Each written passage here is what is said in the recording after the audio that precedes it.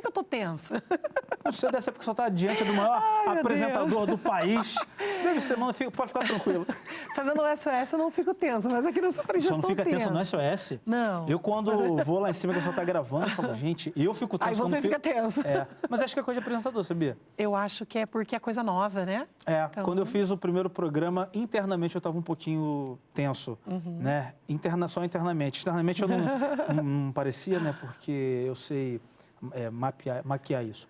Mas eu acho que é coisa de apresentador. Mas a senhora ainda hoje fica nervosa com SOS, não. Mas só quando é um lugar novo. Quando é um lugar novo, Acontece em outras coisas também. Se eu saio para um lugar diferente que tem pessoas novas, eu fico um pouco retraído. Mesmo se não sendo parece, mas geralmente as pessoas falam assim, mas não parece que a senhora fale isso, né? Mas eu sou tímida. A senhora é tímida? Muito. Sou muito tímida. Por exemplo, assim, quando eu estou no altar... Eu estava dizendo que não. Eu sou tímida. Por exemplo, quando eu vou fazer um culto, por exemplo, eu pego o microfone e eu estou fazendo a reunião, então, naquele momento, eu acredito que ali eu estou sendo impulsionada pelo próprio Espírito de Deus. Então, é como se eu não tivesse vergonha e fluísse e eu fizesse. Mas vamos supor que você vai ser o pregador daquela noite e eu vou só ministrar o louvor ali junto. Vou ministrar o louvor junto com você, junto com a equipe de louvor, e eu vou ficar só no back. Pronto, eu fico inibida. Eu quero sumir ali do altar ali, me esconder atrás das tapadeiras. Eu fazia muito isso em Mojimirim. Lá em Mojimirim, onde a gente estava pastoreando, então meu marido pregava tal, e depois da pregação eu subia para poder ministrar o louvor junto com ele em algumas ocasiões. O que eu fazia? Eu ficava atrás da tapadeira. Que isso? Cantando atrás da tapadeira? Mas o pessoal de olho fechado, só precisava ouvir a voz, eu ficava atrás da tapadeira cantando. Não, e para quem vê a senhora hoje na TV, pregando para muita gente, eu lembro que já acompanha a senhora em campanha, então não vai dizer que tem isso, né? Mas só sempre foi assim? Sempre, a vida inteira. Tanto que quando eu comecei a fazer o louvor na igreja, isso foi em 1990. A senhora canta bem. Já vi a senhora de vez em quando, a senhora solta a voz lá no Instagram. No Instagram? Dá uma palhinha pra gente aí. Agora pegou no susto. Mas em 97 eu abri as reuniões na Igreja da Graça em Campinas, né? 97. Comecei a abrir reunião. E eu lembro que a minha mãe sabia que eu era tímida, então quando ela ficou sabendo que eu ia abrir o culto, ela falou assim, você vai abrir o culto? Com essa voz de taquara rachada? Não, mandou essa. Só já estava nervosa.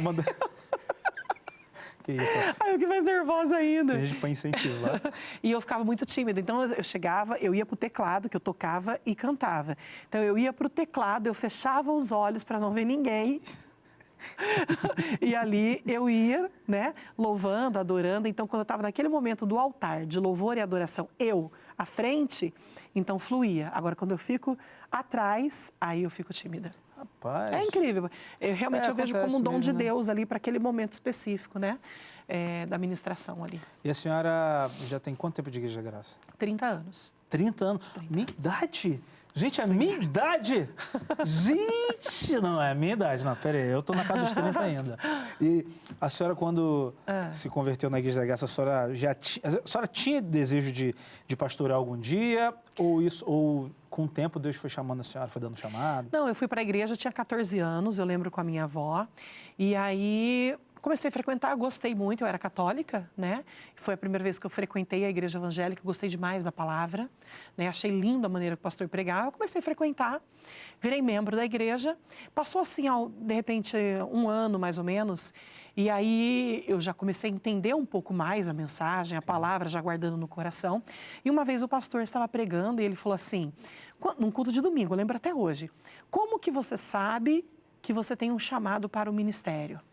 É quando o pastor está aqui no altar pregando uma mensagem, e aí vamos supor, não lembro da referência, mas vamos supor, Jesus é o caminho, a verdade e a vida, ninguém veio ao Pai a não ser por mim. Aí você já pega e fala assim, nossa, esse versículo daria certinho com Provérbios que fala, filho meu, guia o teu coração no caminho. Você já começa a linkar versículos, assim, o seu coração já começa a fluir. Isso aí já mostra que você tem um chamado de Deus para pregar. Naquela hora, aquilo me tocou. Aí eu falei, como se estivesse falando comigo. Sim. Eu falei, ele falou comigo? Já tinha isso? Não, despertou na hora.